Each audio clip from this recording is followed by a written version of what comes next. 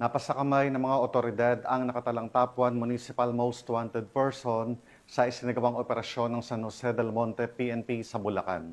Ang detalye ng report mula kay Patrolwoman Pearl Cristalline Javier.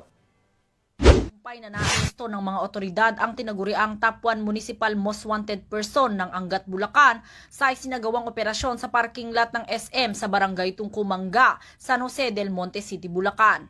Kinilala ni Police Lieutenant Colonel Rayson M. Bagain, hepe ng San Jose del Monte City Police Station, ang suspect na si alias Ando, 39 anyos, residente ng barangay Bagong Silang, Plaridel, Bulacan. Dakong alas 8 ng gabi nang madakip ang suspect sa pinagsanib na puwersa ng naturang istasyon at Angat Municipal Police Station sa bisa ng warrant of arrest para sa kasong parricide. Batay sa investigasyon, sangkot din umano ang suspect sa insidente ng pamamaril noong nakaraang taon sa Angat, Bulacan, kung saan ang biktima ay isang kasapi ng Armed Forces of the Philippines.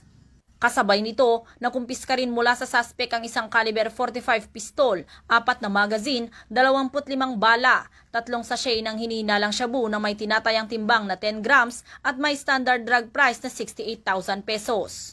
Kasalukuyang nasa kustodiya ng otoridad ang suspect at nahaharap sa karagdagang kaso ng paglabag sa RA 10591 o Comprehensive Firearms and Ammunition Act at RA 9165 o Comprehensive Dangerous Drugs Act of 2002.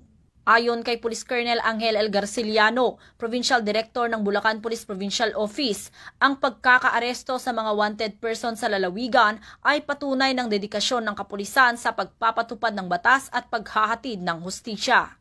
Tinitiyak din niyang mas pinaigting na kampanya laban sa kriminalidad upang matiyak ang kaligtasan at kapayapaan ng bawat mamamayan. Mula dito sa Bulacan Police Provincial Office, ako ang inyong PNN correspondent, Patrolwoman Pearl Cristalline Javier, alagad ng batas,